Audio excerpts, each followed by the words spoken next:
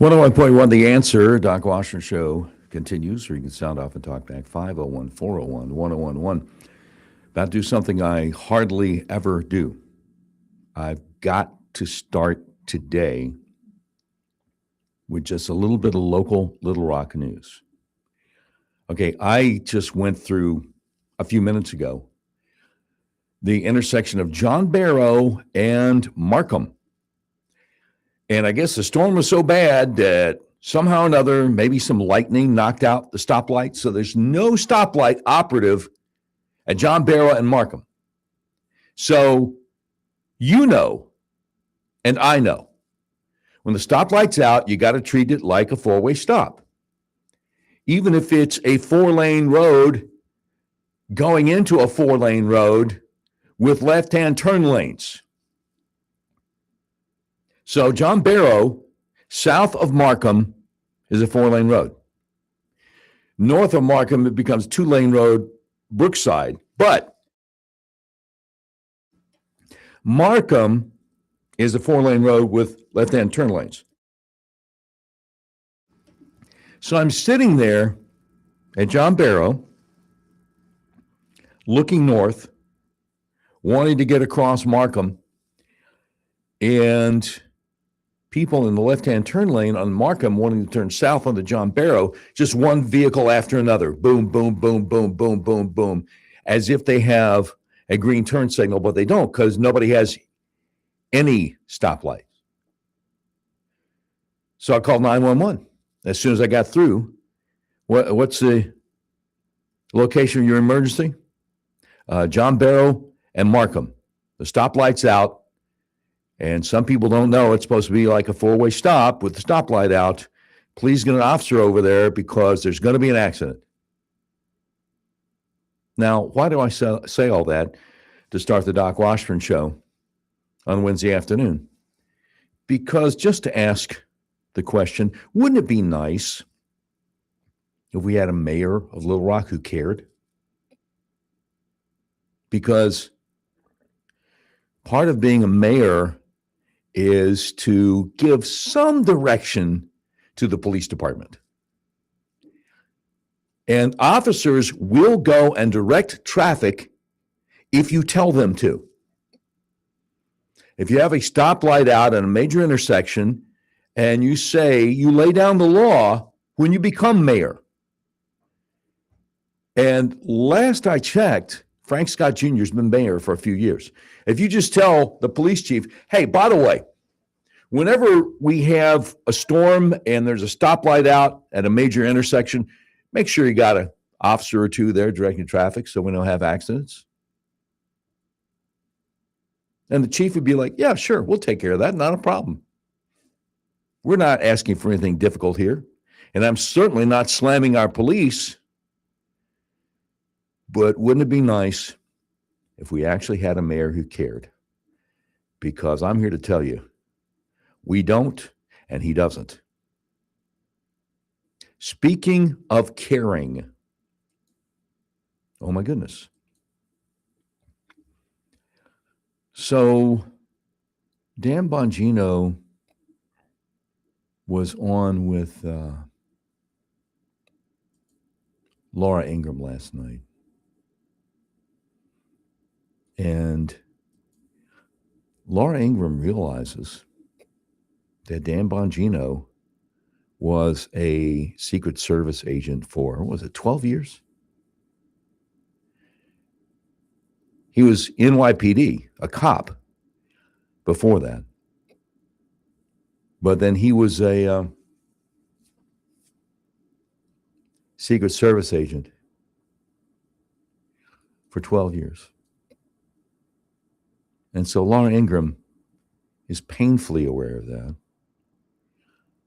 And so she had Dan Bongino on last night. And in the wake of all these different people, like, wait, it sounds like we're in a wind tunnel all of a sudden. Any idea what that noise is? Okay, great. So in the wake of all these different people, like our new Homeland Security Secretary, Mark Wayne Mullin, say, hey, Secret Service acted remarkable. Everything's just fine. Y'all don't worry about a thing. Laura decided to ask Dan Bongino what he thought. And Dan is really, really bright because he didn't do what I would have done.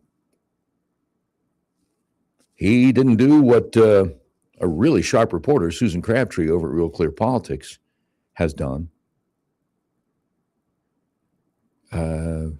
He didn't criticize anybody.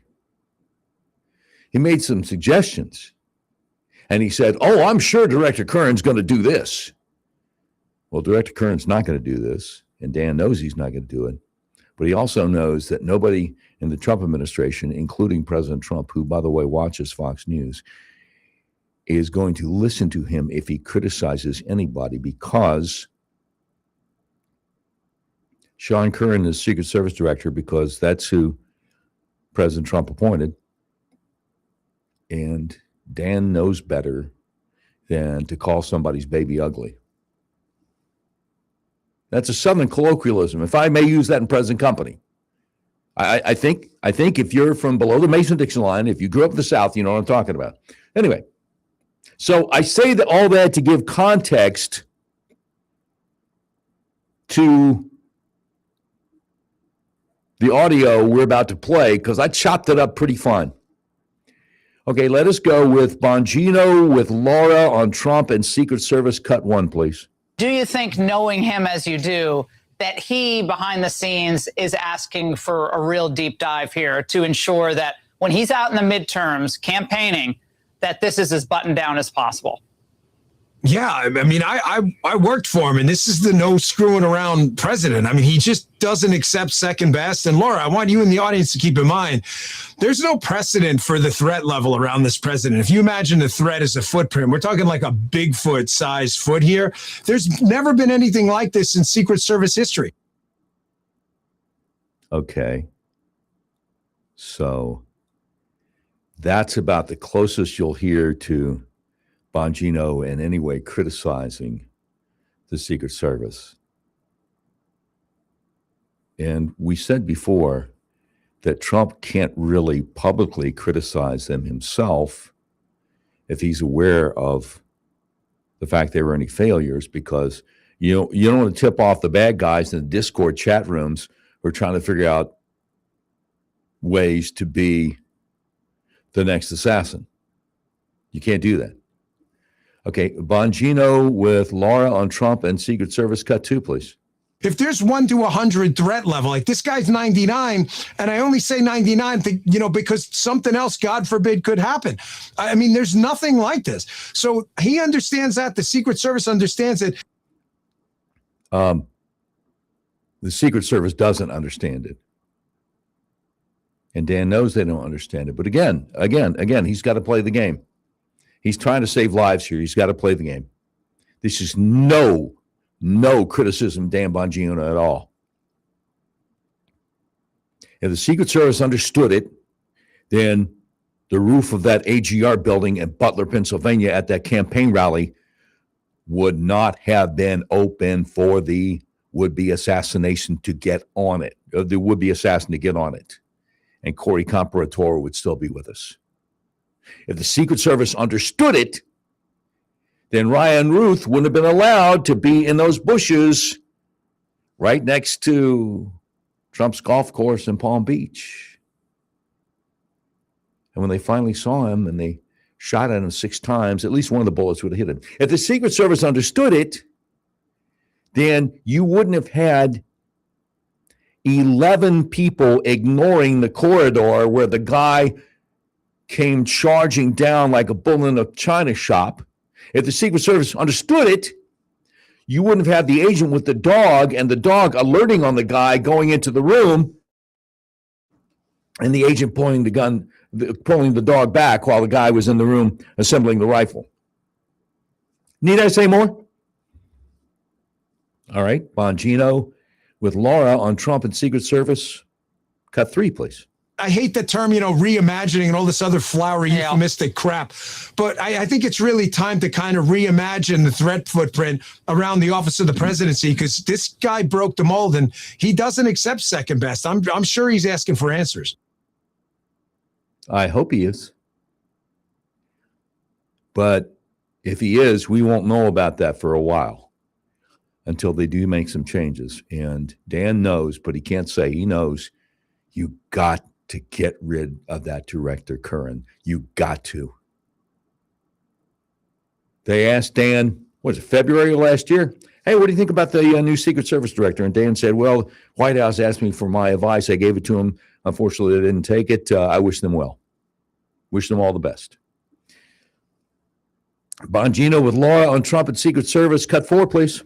The way you saw that magnetometer come down and other Metropolitan Police or TSA agents leaning against the wall there, what struck you? Yeah, I think you're going to see a lot of changes from Director Curran on that front. He knows. You're not going to see any changes from Director Curran.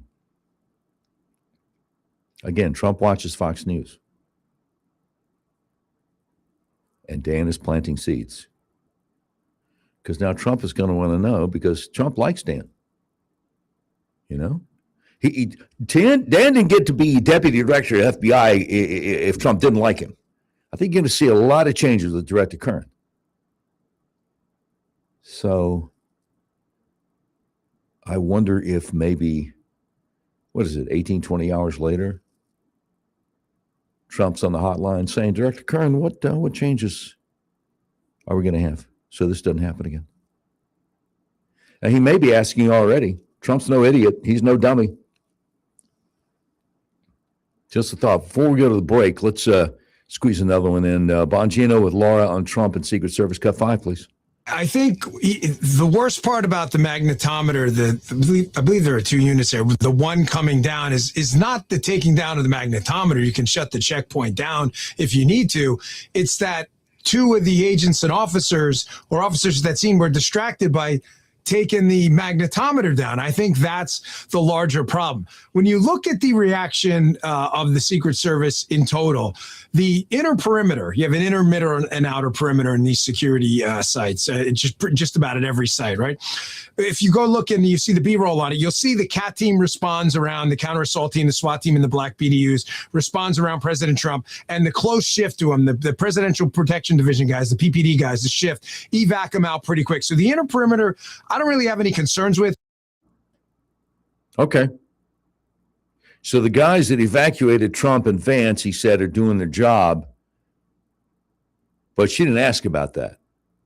She asked about the outer perimeter, who clearly were not doing their job. We've got more coming up. And again, nobody else on Talk Radio in the afternoon is giving you this. It's a blessing that I'm allowed to. Doc Washburn Show continues on Little Rock's premier talk station, 101.1 The Answer.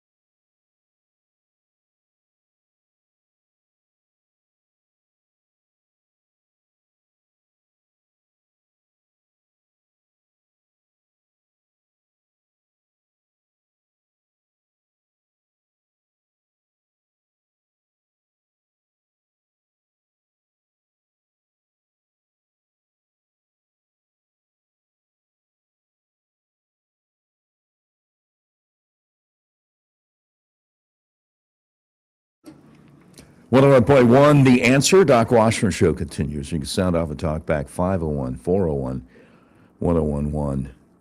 Dan Bongino with Laura Ingraham last night was just a master class of making point after point after point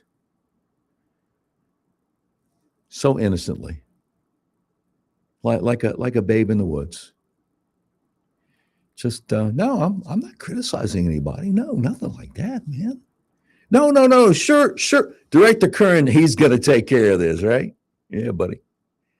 Knowing that he's not, because he's incompetent, and knowing that President Trump watches Fox News.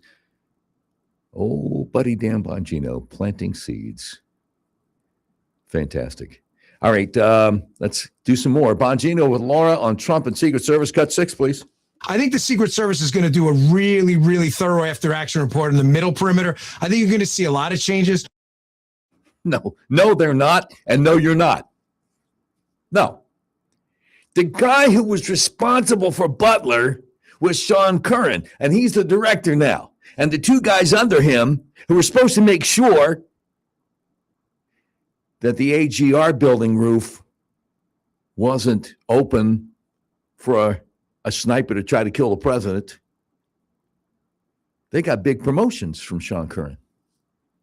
You're not going to see an after-action report about the middle perimeter because Curran's already snowed your new DHS director, Mark Wayne Mullen. And by the way, there's an elephant in the living room here. And you know what I do? I got to mention the elephant in the living room. Producer Tommy's on the other side of the glass going, what are you going to do now? Come on, man. What are you going to do? Brother Bongino has already said the inner perimeter people, the agents who were responsible for evacuating Trump and Vance, great job. The middle perimeter, yeah, we got some issues there. But hey, no worries. Director Kern's going to take care of that. Okay. Here's the elephant in the living room. If you remember, when I quoted you, Bill Malugin, reporter with Fox, who said there wasn't an outer perimeter, it didn't exist. He got right into the hotel just waving a badge at somebody. He said it could have been a badge from last year. They hardly even looked at it. He said, I didn't have to show my ID to anybody. I got right into the one of the several pre-parties for Fox News in a ballroom jammed with people. He said, theoretically, I could have had an explosive in my pocket or in my shoe. They never would have known. I could have blown hundreds of people up. So listen to me. Bongino's saying the inner perimeter did a good job, got Trump and Vance out. The middle perimeter, yeah, we got some issues, but no worries. Director Kern will take care of that. Going to be a big after-action report, which it probably won't be. The outer perimeter he doesn't mention because it didn't exist, which is why the event should never have been scheduled for this hotel. Oh, and by the way, after they took down the bad guy, Trump announces almost immediately, hey, I want the show to go on. And then what does the Secret Service tell him? Well, President Trump, there's so many different ways in and out of that building. It would take us at least 5 hours to make it safe. Oh my goodness. What does that imply? That implies that it was never safe in the first place. You idiots. Remember Pinky and the Brain? You idiot. On the Cartoon Channel? Yeah, okay. All right. Every once in a while, I gotta say something. I gotta address the elephant in the room. Rattle cages. You know I don't ever rattle cages. Bongino with Laura on Trump and Secret Service. Cut 7, please. One of the things I'd like to see is I would like to see a dramatic expansion of the counter assault team, our SWAT guys. The time to play nice and, look nice in the suits is over. Let's get a pipeline from the special forces. Laura, you have a 35-year-old Green Berets who've got 20 good years of service in them. They might not want to stay in the military the whole time. The government could use you. Pipeline them right to the counter assault team, double, triple the size of it, get them at the middle perimeter. Yeah, Dan's like, that's one of the things I'd like to see. Knowing that it's not even going to occur to Sean Curran, the current Secret Service director, much less that he would do anything about it if it did occur to him, because he is incompetent. What did Bongino say about Butler? Layered incompetence equals intent. And then they put the guy in charge of Butler in charge of the whole Secret Service. One more. Bongino with Laura on Trump and Secret Service. Cut 8, please. One last point. What worries me is not the first guy going through charges to checkpoint like that. Right. It's the second, third, and possibly 10th guy after that. You get a counter assault team there. You got a real force to hit back. Oh, buddy. Former Secret Service agent, former Undersecretary of Homeland Security, Rich Staropoli on Fox News all the time, responded to what Dan Bongino said. He said, and there you go. The whole world has come to this same conclusion. I'm not the only one who has said this. Focus less on hiring from high schools for DEI optics and find some former military folks. There are plenty of vets out there. And he also said, that's the concern. What about the second, third, even 10th guy? Because people have said, what if it was a group of guys? They would have overrun everybody. The Secret Service failed, and they won't admit it. More coming up as the Doc Washburn Show continues. 101.1, The Answer.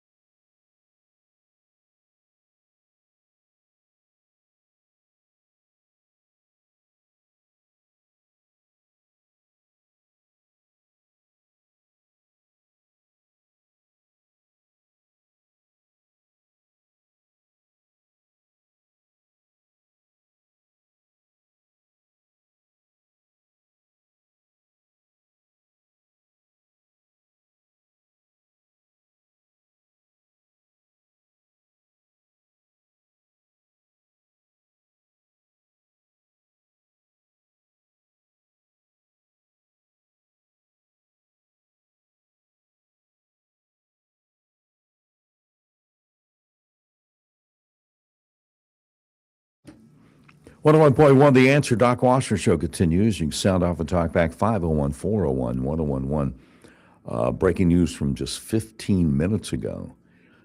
Matt Finn over at Fox News Channel. Breaking 300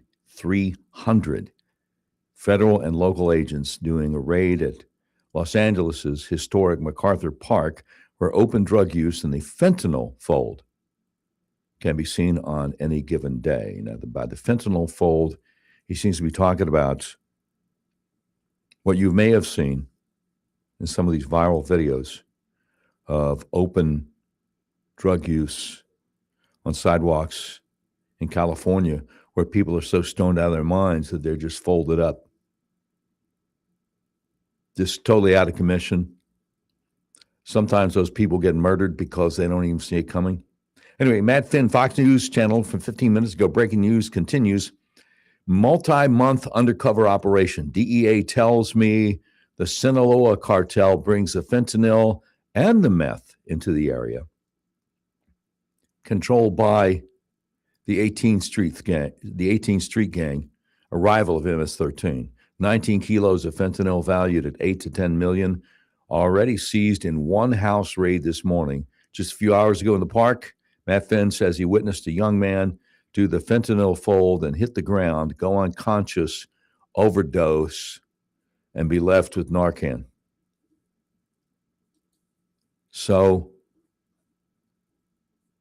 the FBI is doing some right things.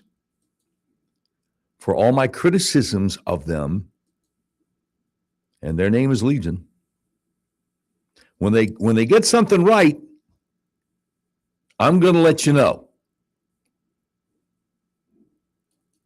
So, just so you know, they do get some stuff right. By the way,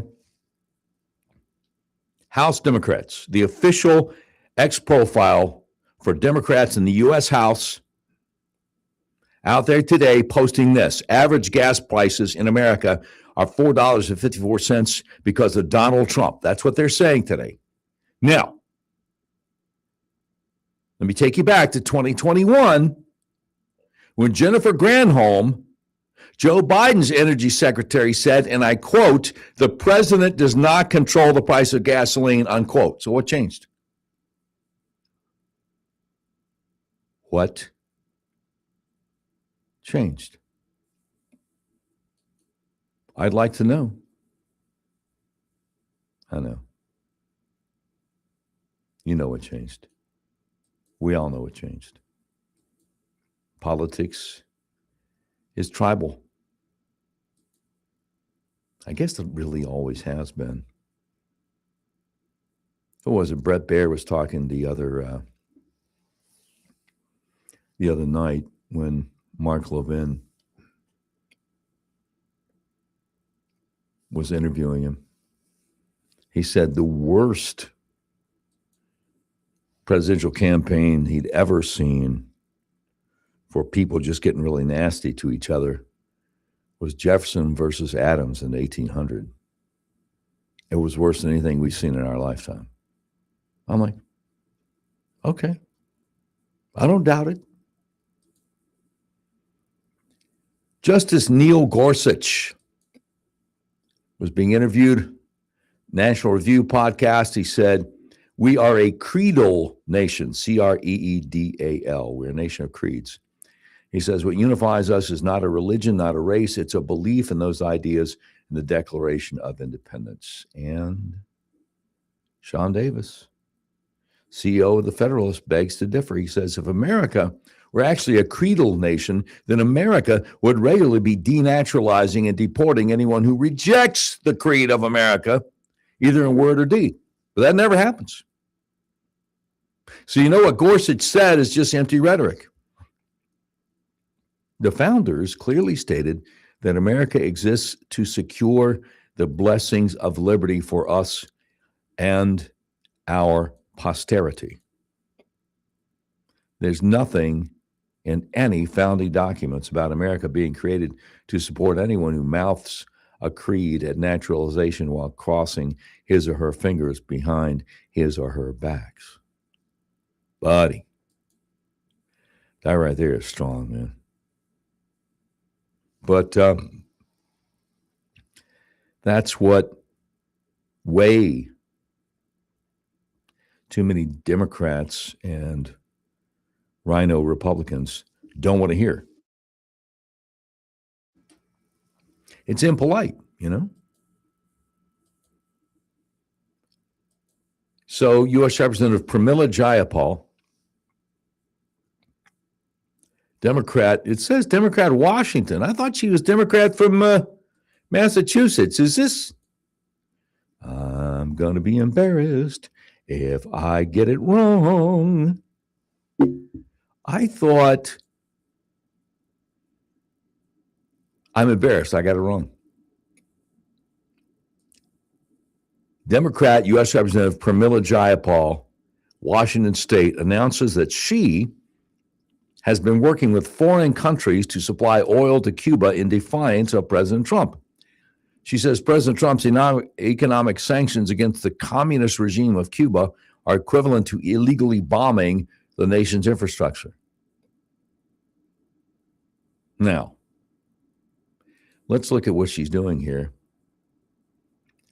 My buddy A.G. Hamilton over there on X says, not that it gets enforced, but this is basically a textbook violation of the Logan Act.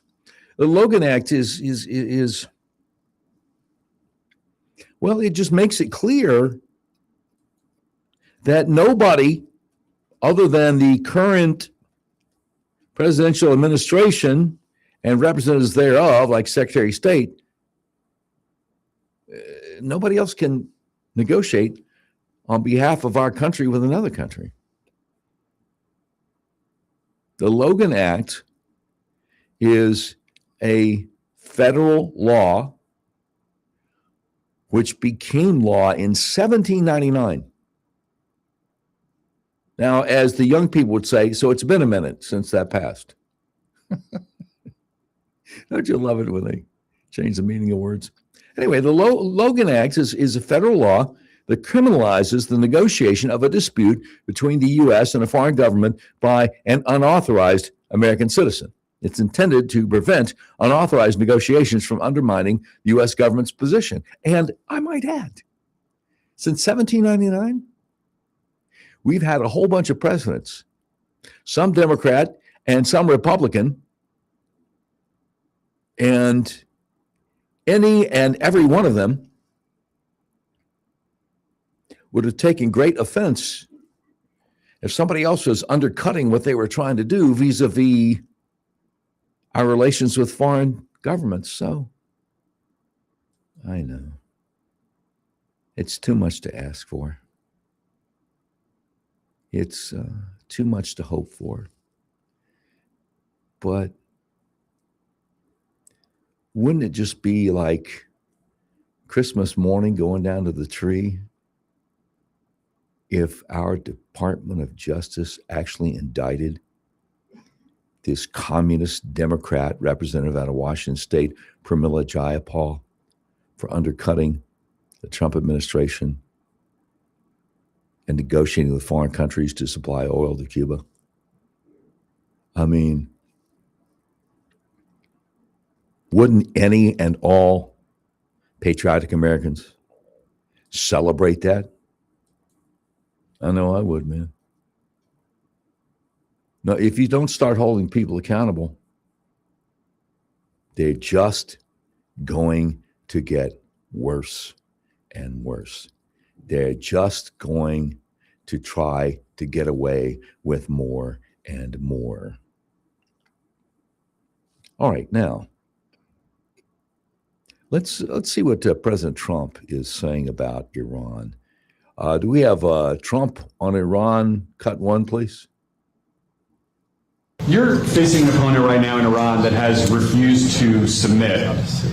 You seem optimistic now that you may be closer to a deal. What's different about this moment now than in other moments where a deal has seemed close? Well, why do you say they refused to submit? You don't know that. You don't know what's They were going firing on. on U.S. ships a few days ago. Yeah, a few days ago. It's a long time ago. in the world of war a few days ago. No, they want to make a deal badly. And we'll see if we get there. If we get there, they can't have nuclear weapons. It's very simple. But what's not to submit? So they had a Navy with 159 ships, and now every ship is blown to pieces and lying at the bottom of the water. He's got a good point there, Yeah, the ships have been blown to bits. They're at the bottom of the water. I think we're winning. All right. Trump on Iran, cut two, please. They had an Air Force, lots of planes, and they don't have any planes. They don't have any anti-aircraft. They don't have any radar left. Their missiles are mostly decimated. They have some. They have probably 18, 19%, but not a lot by comparison to what they had. And their leaders are all dead. So I think we won. Now it's only a question of, look, if we left right now Iran, it would take them 20 years to rebuild. Now we're doing well. Now we have to get what we have to get. If we don't do that, we'll have to go a big step further. But with that being said, they want to make a deal. We've had very good talks over the last 24 hours, and it's very possible that we'll make a deal. He knows there's not going to be a deal. Because again, and I've explained it, they cannot wrap their minds around submitting to the infidels, which is us.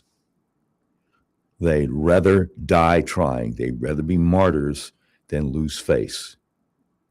And they've already lost so much face. And we got to make sure they lose a lot more face, because they can't be allowed to ever get nukes. And Obama's nuke deal was designed to make sure they did get nukes. All right, got one more. Trump and Iran, cut three, please. We're not going to let Iran have a nuclear weapon. And we're not going to let that happen. And we won't let that happen. And so we're dealing with people that want to make a deal very much, and we'll see whether or not they can make a deal that's satisfactory to us. We have it very much under control. The blockade is unbelievable. The Navy's been incredible. The job they did, it's like a wall of steel. Nobody goes through. In particular, the Iranians, they're not getting anything through one way or the other, so they're out of business. And we'll see whether or not they are agreeing. And if they don't agree, they'll end up agreeing shortly thereafter. So that's the way it is. Yes.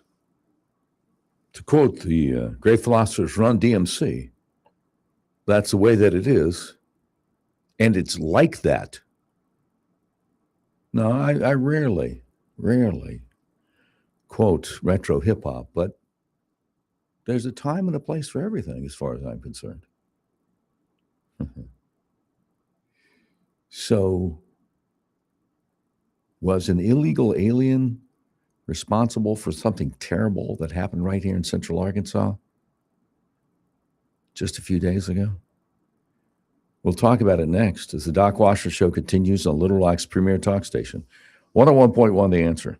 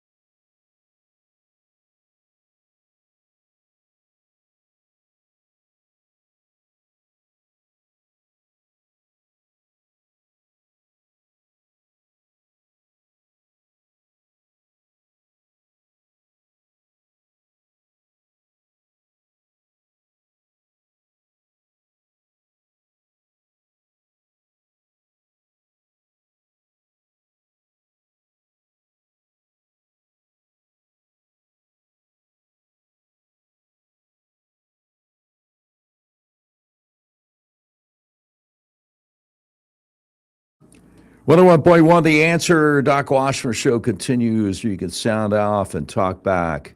501 401 1011. Well, let's look at it. KTV has a story.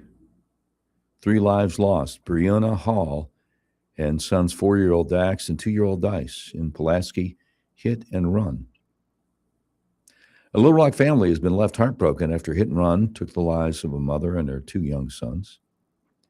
An arrest was made by Arkansas State Police Tuesday afternoon in connection to the incident. 33-year-old Victor Reyes, Reyes, of Little Rock, was arrested by state police, CID special agents, and charged with 3 counts of negligent homicide. 31-year-old Breonna Hall was driving south down Arch Street in Pulaski County Sunday evening just after 9 p.m. when an oncoming vehicle drifted into her lane, hitting her head-on. The occupants of that vehicle then left the scene, but Breonna wasn't alone in the car. She was with her 2 sons, 4-year-old Dax Barnes and 2-year-old Dice Love. So Ms. Hall's Buick collision with a 2016 Chevrolet Silverado left her car engulfed in flames. Channel 7 News obtained 911 dispatch audio from the night of the accident. One dispatcher said report of a vehicle fire for Arch Street Fire Department. Arch Street Fire responded to the area of Arch Street and West Dixon Road around 9:20 p.m. Sunday.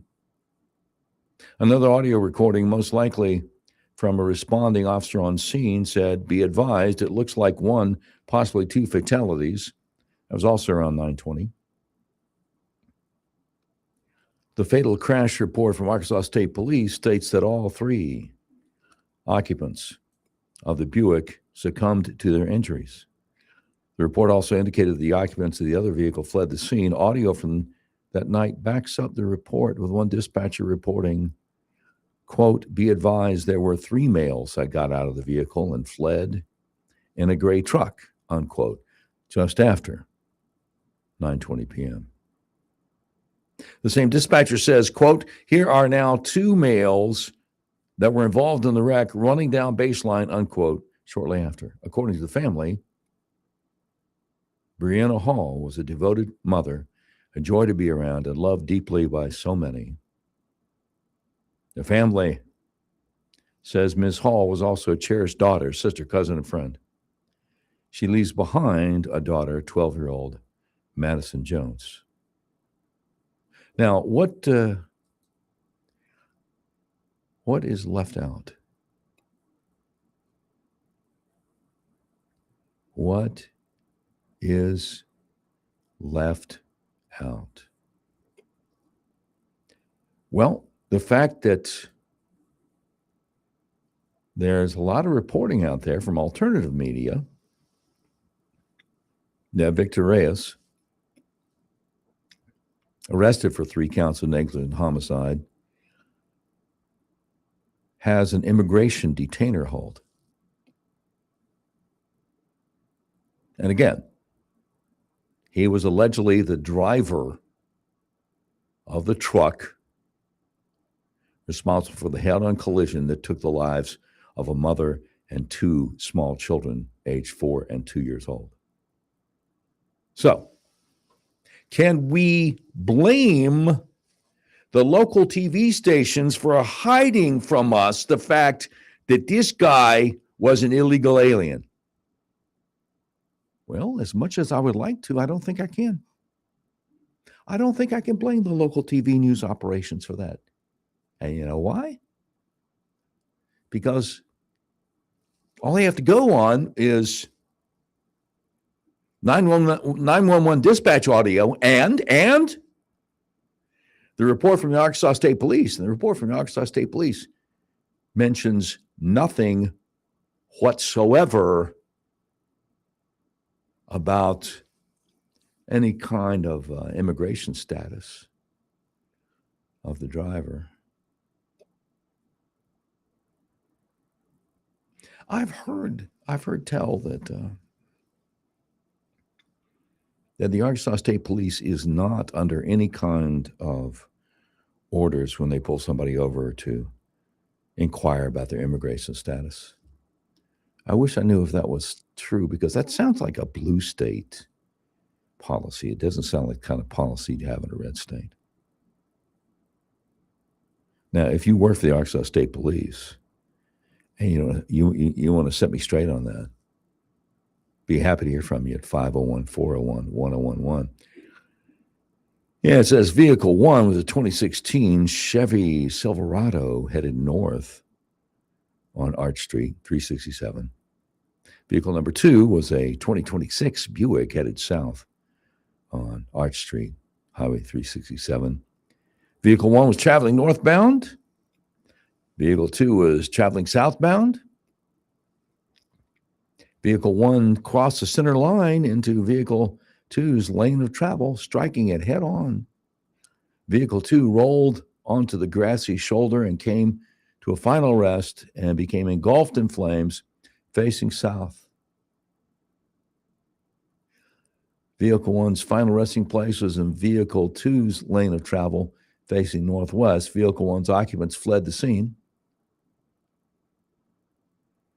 Vehicle 2's occupants succumbed to their injuries.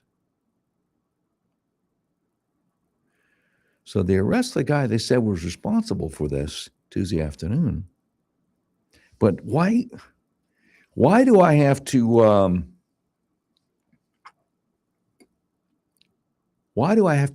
rely on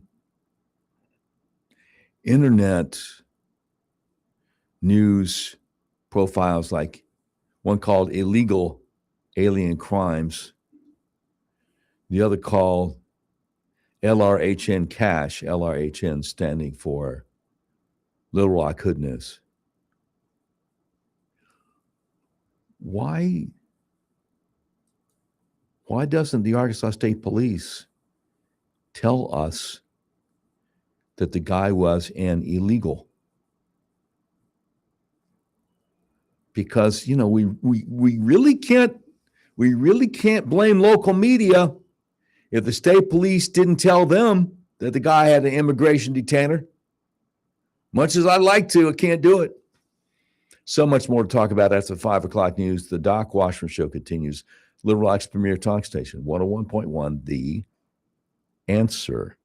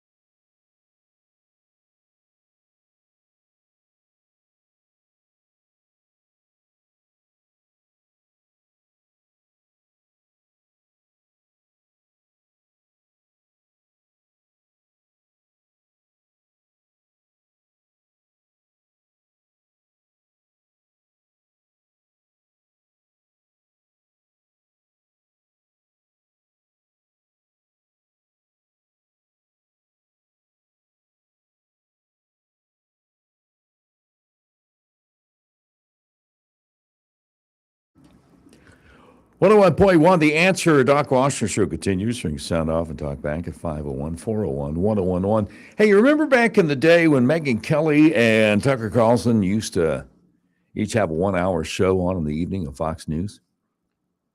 And more often than not, they came off as conservatives. And now Tucker Carlson is out there saying that Muslims love Jesus and Sharia law is wonderful. A few months before we hit Iran, he had a really softball interview with the prime minister of Iran. Didn't ask him one challenging question. And then, and this crazy thing with Megyn Kelly, I'll just put it this way. The producers at Fox News must be the most brilliant producers in the history of television because they made Megyn Kelly look intelligent. And I thought she was. And then a few months ago, she said that she prays to Charlie Kirk all the time. And she was about to, quote, go pray the rosary as virtually all Christians do, unquote. Now, on the one hand, you have Roman Catholics who pray the rosary and think it's a wonderful thing to do. On the other hand, you have Protestants who don't pray the rosary and think it's not a wonderful thing to do. But it's going to be pretty hard to find a Roman Catholic who thinks all the Protestants pray the rosary. And it's going to be pretty hard to find a Protestant who would look at Megyn Kelly saying that and go, oh, so I'm not a Christian because I don't pray the what? No, she's that dim. Oh, no, I'm just getting started. She was interviewing somebody a couple of months ago who said, look, the reason Fauci and the CDC and the FDA and everybody were slamming ivermectin as a treatment for COVID was because they couldn't get the fast track on getting a vaccine done if there was some kind of alternative treatment. And Megyn Kelly said, wow, I didn't know that. I'm like, you didn't? I've been hearing that for over 5 years. What do you mean you didn't know that? How is it possible you didn't know that? And then a few weeks ago, if you remember, we made a big deal out of it because she was scandalized. She was horrified that Prime Minister of Israel, Bibi Netanyahu, had met in the Oval Office, not the Oval Office, but had met in the White House with President Trump. And they're sitting across from each other at this real long table. And she just couldn't believe that President Trump wasn't sitting at the head of the table. And I'm like, wait a minute. How long have you been a television journalist? How many of these cabinet meetings have you seen where every once in a while there's a head of state? And the president, I don't care if it's Trump, I don't care if it's Biden, I don't care if it's Obama, George W. Bush, Bill Clinton, George H.W. Bush, Reagan, Carter, how far back you want to go? The president's always sitting in the middle of the table. If he's sitting at one end or the other, half the room's not even going to be able to hear him. And she's horrified that the president is sitting in the middle of the long table. She's never watched one of these things before, and she does this for a living. You know what? I'll tell you what. Let me just do this. It would be like being married to Megyn Kelly. I know that's unpleasant, but just work with me on the analogy. It would be like being married to Megyn Kelly, and you're going to go watch the Cowboys at Jerry's house in Dallas. Going to go watch the Dallas Cowboys. It doesn't matter who they're playing. You're going to go to a home game watching the Cowboys. And isn't this fantastic?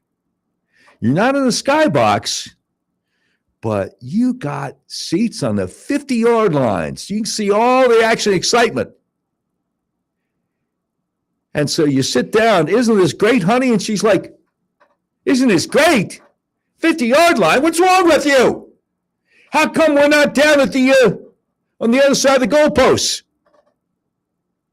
That's how stupid her comment was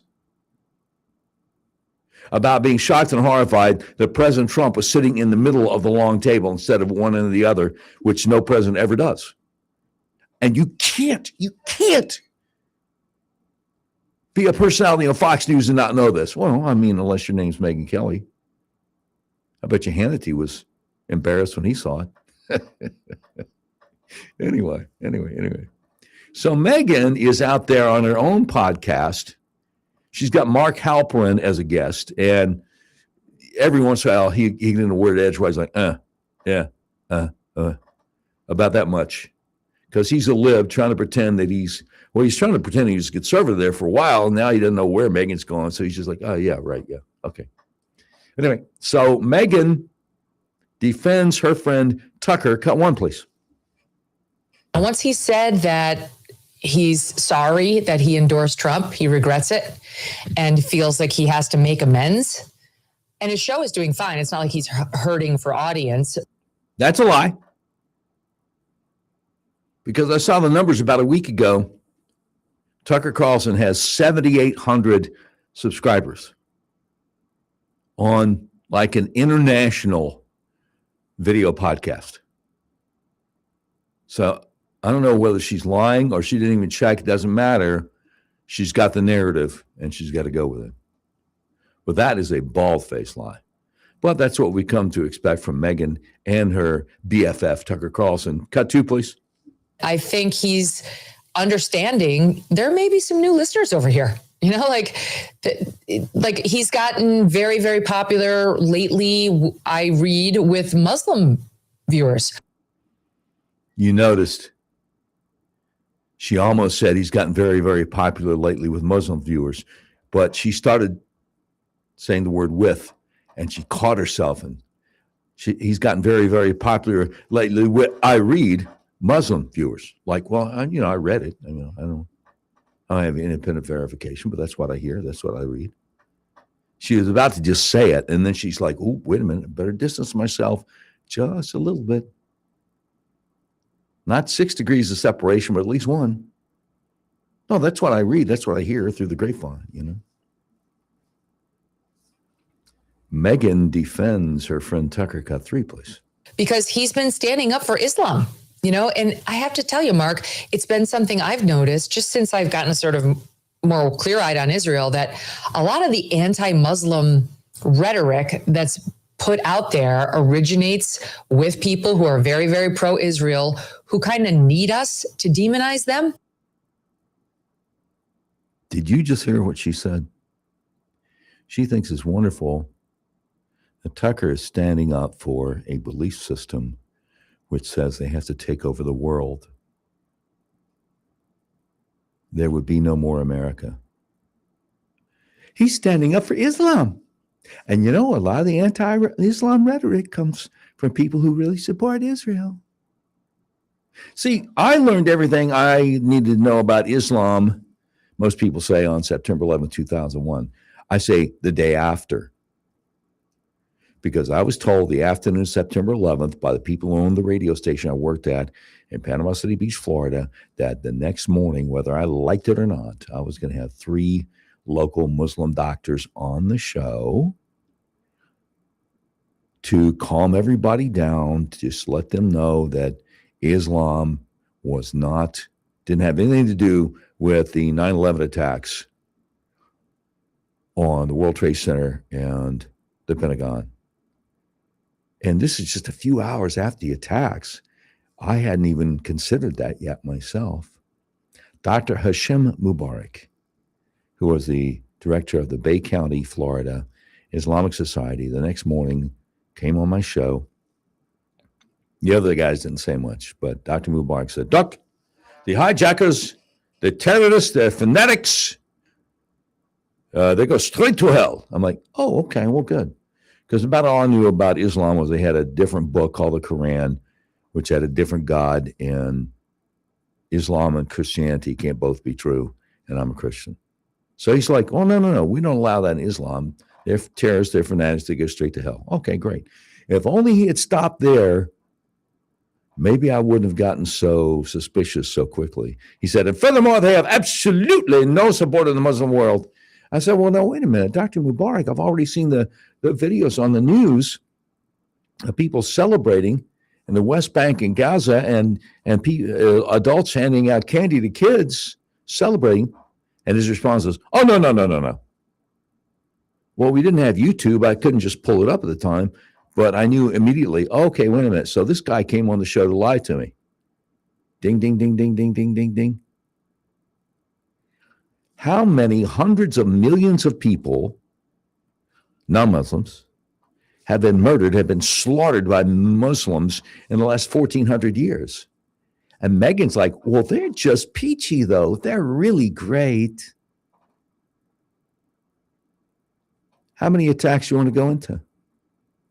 How about the one about 10 years ago at the Bataclan in Paris, France, rock concert, the Eagles of Death Metal?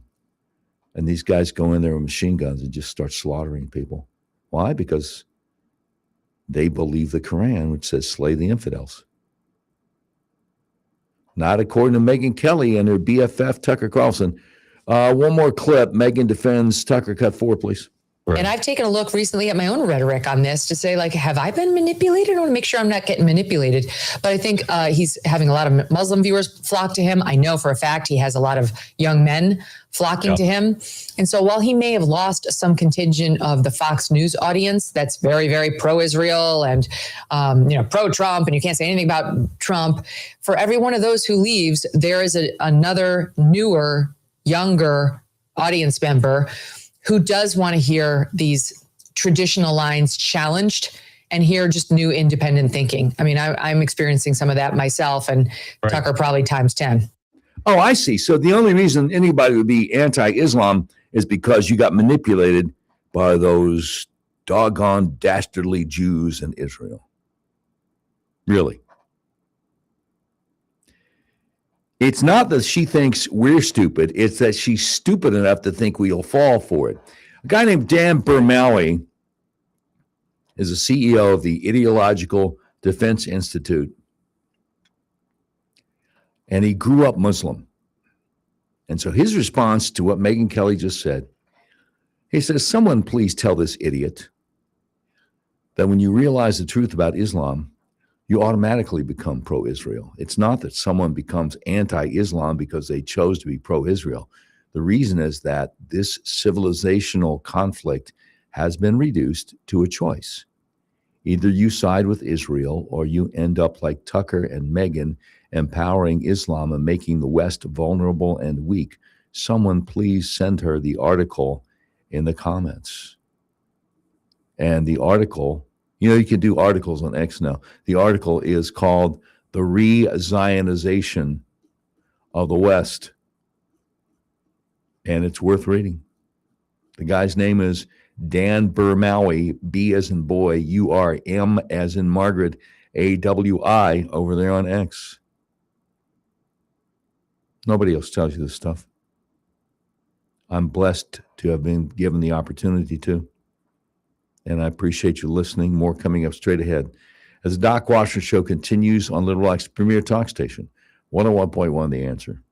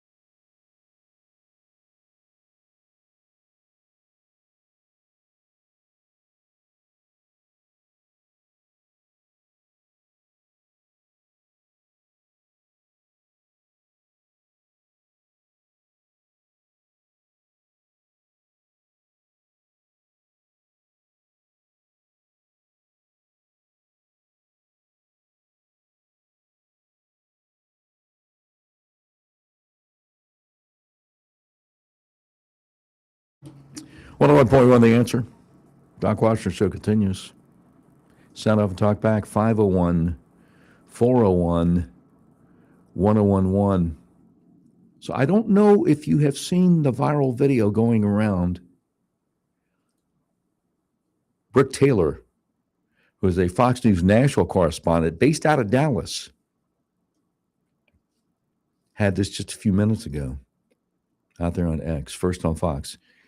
New details: the carjacker shot and killed by a Texas father after trying to steal his car with his family inside was actually an illegal immigrant.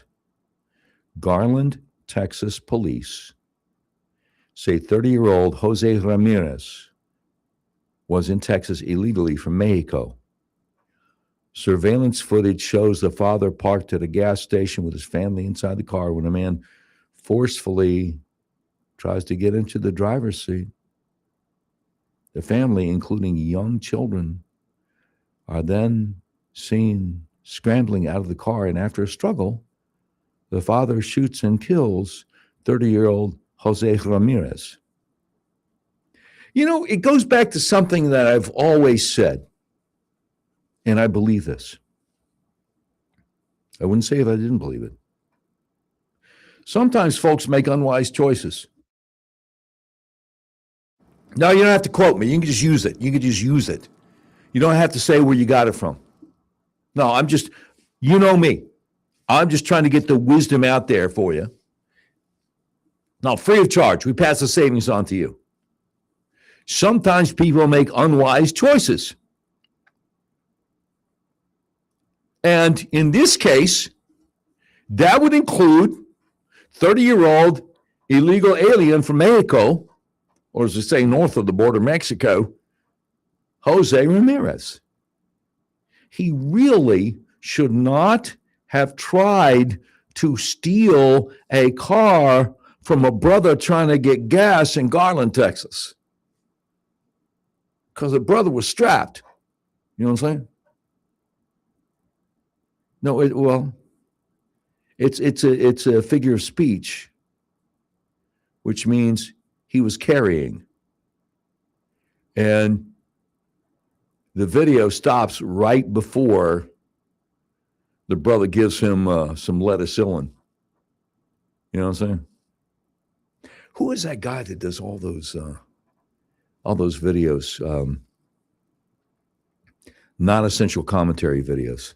He's got a zillion followers on X, on probably Instagram, TikTok, YouTube. I can't say the guy's name, but yeah, he just the brother decided it was time to air this guy out, and that's exactly what happened, buddy. Yeah, he really the guy really he made an unfortunate choice. Now, do you remember a young woman named Ella Imhoff, Kamala Harris's stepdaughter, Dougie's natural daughter? Recently shared she's been on SSRIs for nearly 15 years and now questioning whether long-term use is something she was ever properly informed about. Yeah, really. She said a Wall Street Journal podcast about overprescription made her rethink her own experience. That's not political. That's a 26-year-old woman put on medication as a little kid, asking questions she should have been encouraged to ask from the start.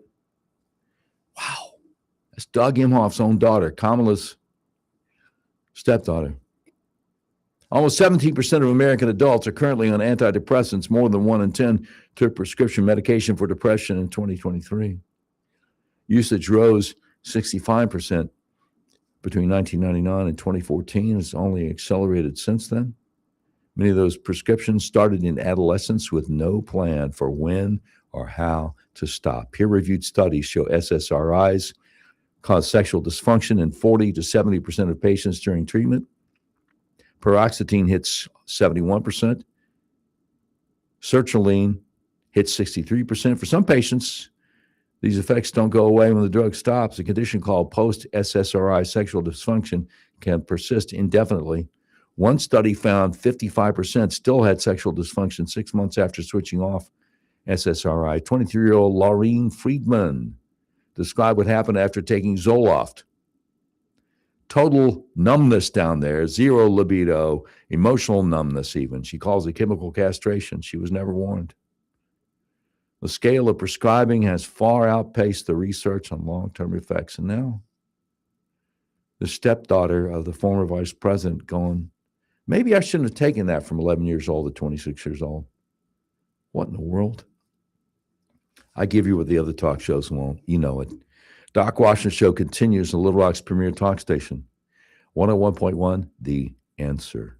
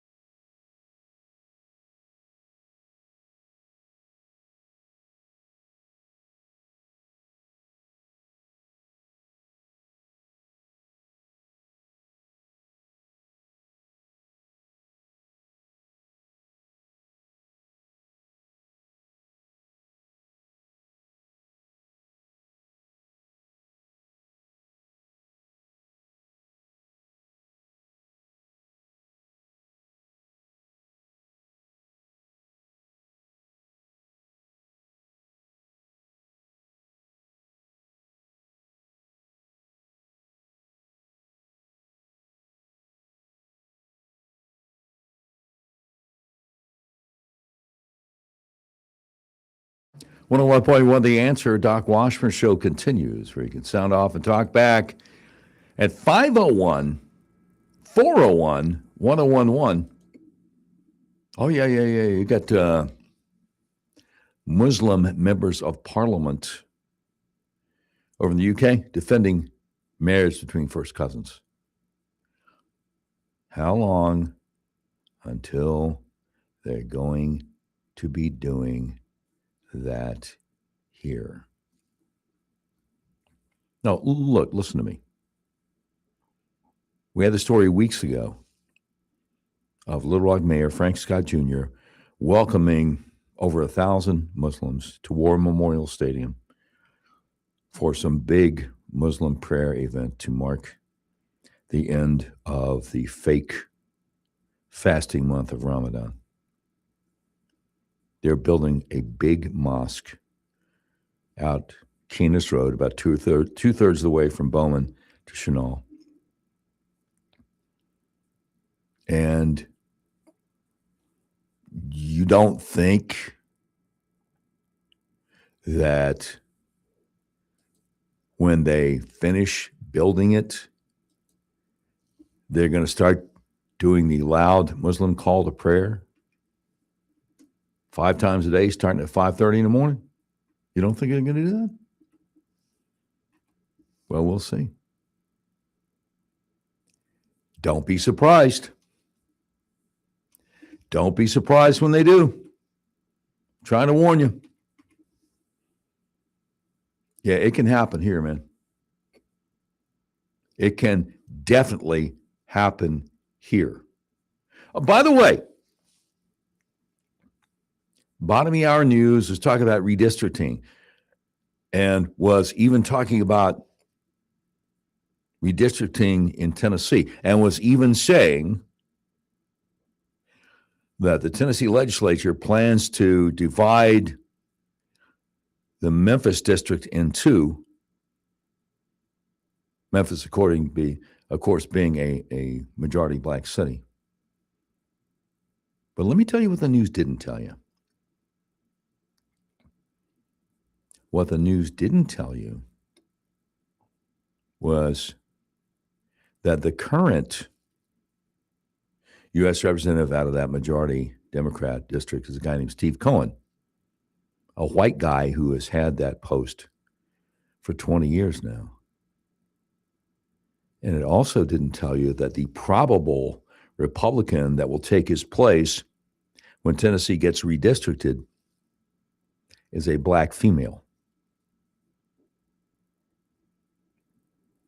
So you've got all of these black Democrats in the legislature saying, this is racist. It's racist that y'all finna redistrict Tennessee. It's racist.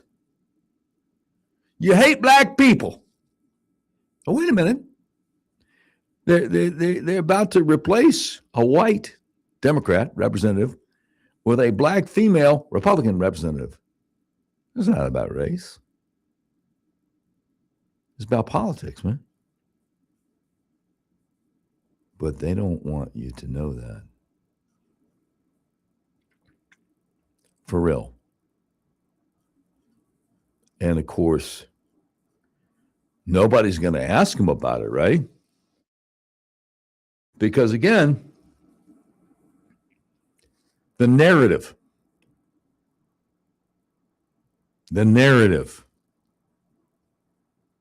is you got to use race for your own political purposes. You got to try to make the Republicans look racist. Speaking of which, Barack Obama is back in the news. Stephen Colbert was one of the biggest mistakes that the CBS television network has ever made.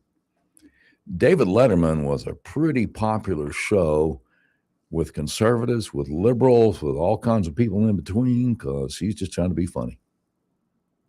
Every once in a while, he'd lift the mask and you realize he's a lib, but he was funny enough that conservatives really didn't care.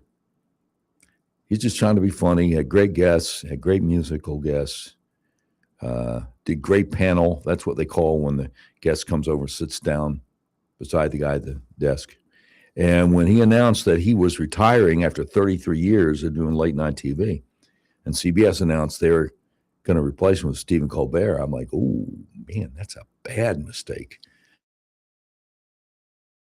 Because Stephen Colbert is not funny and wears his liberal bona fides on his sleeve like, he's real proud of it. It's all about liberal politics. See, there was a guy on after Letterman who was really funny. He's probably the funniest guy who's ever done late night TV. Craig Ferguson, the guy out of Scotland. That's the guy who should have gotten the job.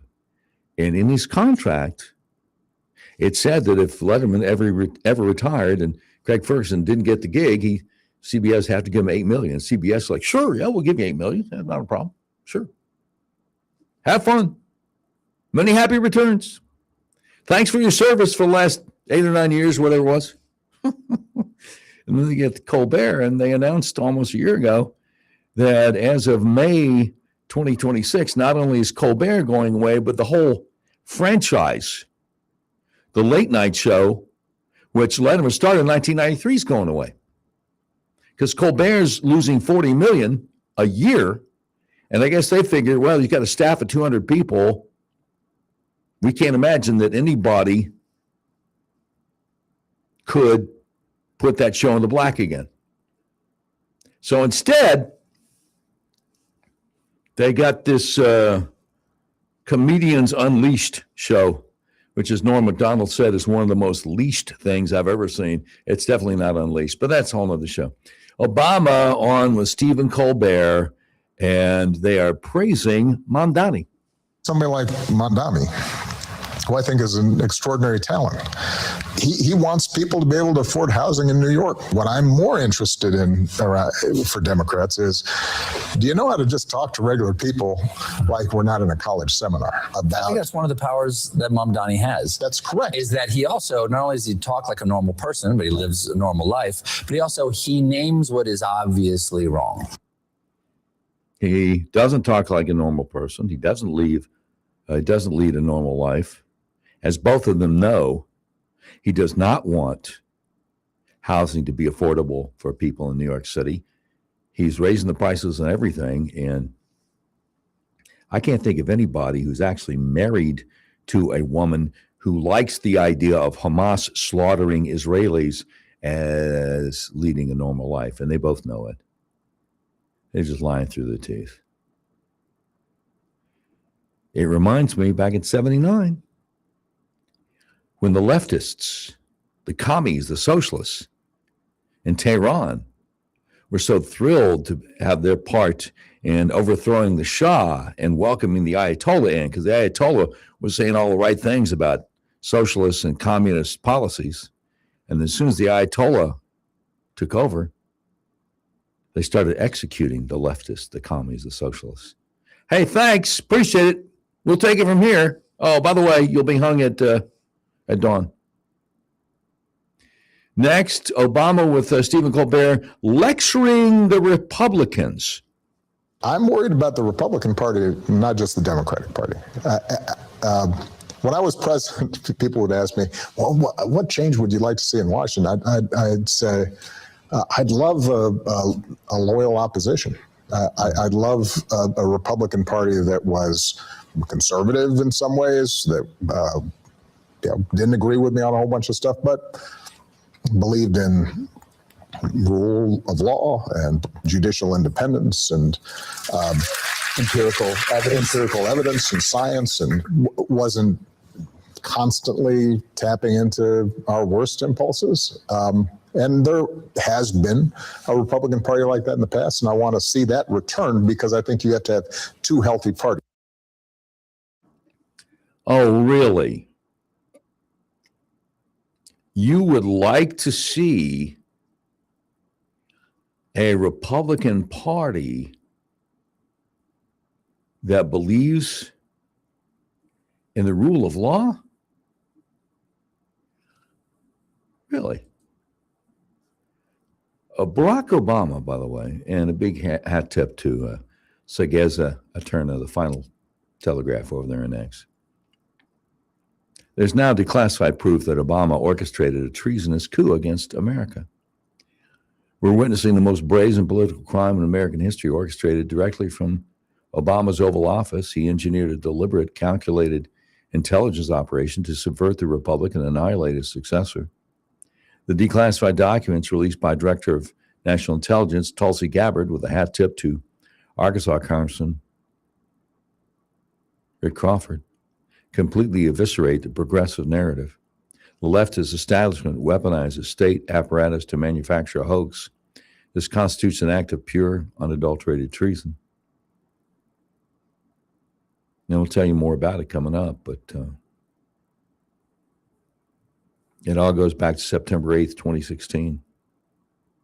An intelligence community assessment definitively concluded that foreign adversaries lacked the capability to execute widespread cyber attacks on election infrastructure. The Department of Homeland Security confirmed on August 31, 2016, there was zero indication of Russian manipulation of the vote count. The entire intelligence apparatus knew the truth before a single ballot was cast. We got more coming up as the Doc Washburn Show continues on Little Rock's premier talk station, 101.1 The Answer.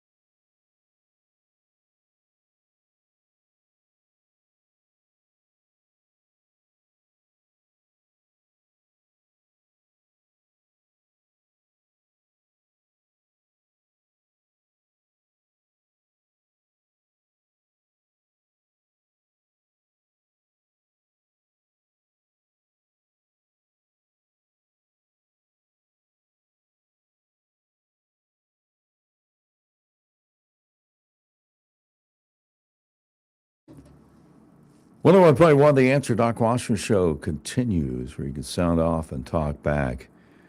501-401-1011. Let me Let me give you a little bit more. And again, a big hat tip to Sageza Eterna, Final Telegraph over on X. So, where we left off,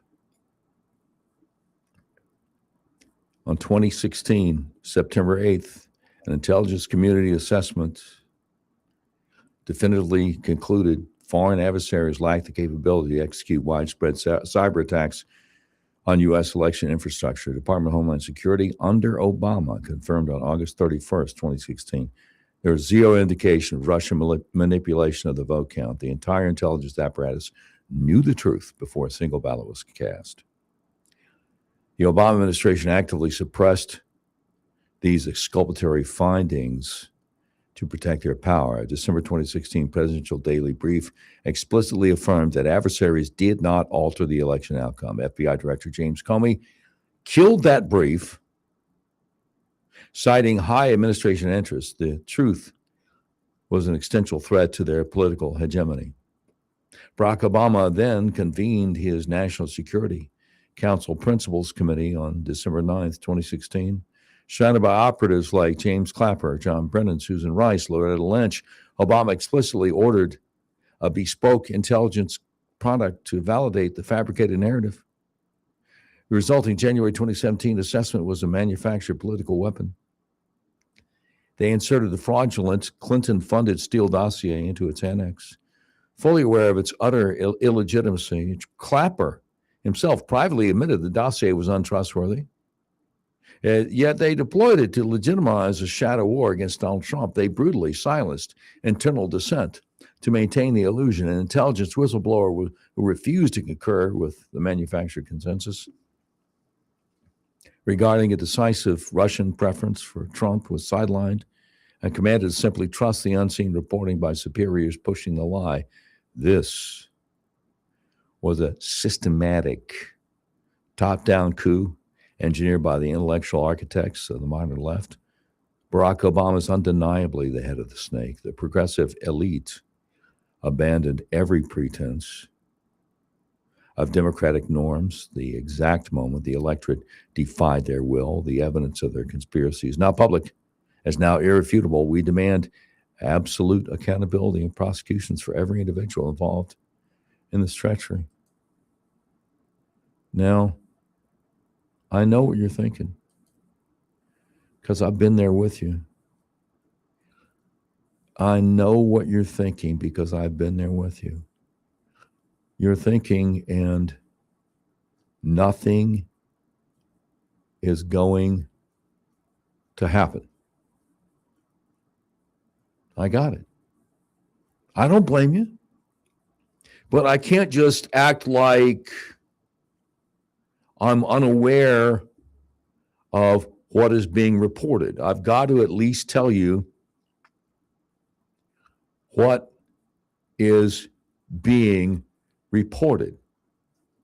It's like I told you months and months ago, there is going to be a federal grand jury that will be convened in Fort Pierce, Florida on January 16, 2026. And it will be investigating the long-running coup. It will be investigating Russiagate and everything associated with it. Crossfire Hurricane, Perkins Coie law firm, everything else associated with it. And that is what has been going on for almost 4 months now. And Kash Patel and Dan Bongino have both said, well, Kash said something that really caught me off guard 2 or 3 nights ago on Hannity's podcast. Really caught me off guard. He said one of the reasons that this has been taking so long is this whole thing has been going on now for over 30 years. And we're like, okay, wait. 2016 is only 10 years ago. But you're saying this has been going on for 30 years, which would take us back to the last year of Bill Clinton's first term. Interesting. That's about the time he sold that.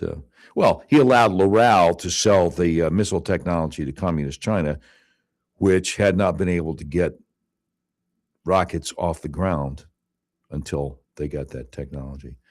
Not saying there's necessarily any connection there. But again, Obama told Stephen Colbert last night the White House shouldn't be able to direct the Attorney General to go around prosecuting whoever the president wants prosecuted. You can't have a situation where whoever's in charge of the government starts using that to go after their political enemies or reward their friends. And in response, the great Mike Davis, forgive me if I sound like a broken record, but the great Mike Davis, who once was a clerk for Justice Gorsuch, who once was chief counsel to Senate Judiciary Chairman Chuck Grassley, in charge of nominations, helping to get Trump's nominees on the U.S. Supreme Court and other federal courts. The great Mike Davis responding to Barack Hussein Obama, saying this is precisely what Obama, Biden, Hillary, and their top aides conspired to do to Trump and his top aides with the Russia collusion hoax and Crossfire Hurricane. Now, listen to me carefully with this last sentence of his tweet. Mike Davis saying, now Team Obama will be held accountable by a federal grand jury of fellow citizens in Fort Pierce, Florida. Okay, look, again, as I've said, I don't blame you for saying, heard it all before, wake me up when somebody's indicted, nothing's going to happen. Okay, well, James Comey has not only been indicted, but also arrested. So, I mean, it's not much, but it's a start. It's something, right? We got that going on. So, do we have time for Steve Scalise? Can we play that real quick? Louisiana Congressman Steve Scalise slamming Illinois Governor J.B. Pritzker. You rolled that tape of Governor Pritzker saying that we should disagree without being disagreeable. Those platitudes ring hollow when he over and over and over again, literally days into Donald Trump's second term, he was comparing the president to Hitler and to Nazis, and he does this over and over again. He said Republicans, remember that, Republicans cannot know a moment of peace. What does he mean by that? And now he wants to try to blame Republicans when it's the right, that is being attacked by the left over and over again. Again, Donald Trump, 3 assassins, and many of those attempted assassins on Donald Trump have regurgitated those very same words, Nazi, threat to democracy, that people like Governor Pritzker use when they tried to kill the president. So they need to stop doing it. Governor Pritzker needs to look at the man in the mirror, and that's where it needs to start. Stop the insightful rhetoric that he and others like him are using deliberately. They know what they're doing. It needs to stop. They try to get people killed. That's number one. Number two, I did not expect Steve Scalise to channel his inner Michael Jackson. That was not on my bingo card. I'm looking at the man in the mirror. I didn't see that coming, man. The great Dave Ellswick scheduled to join you at 7:06 tomorrow morning. I'm Doc Washburn. I'll see you at 4:06 tomorrow afternoon, God willing, right here. 101.1, The Answer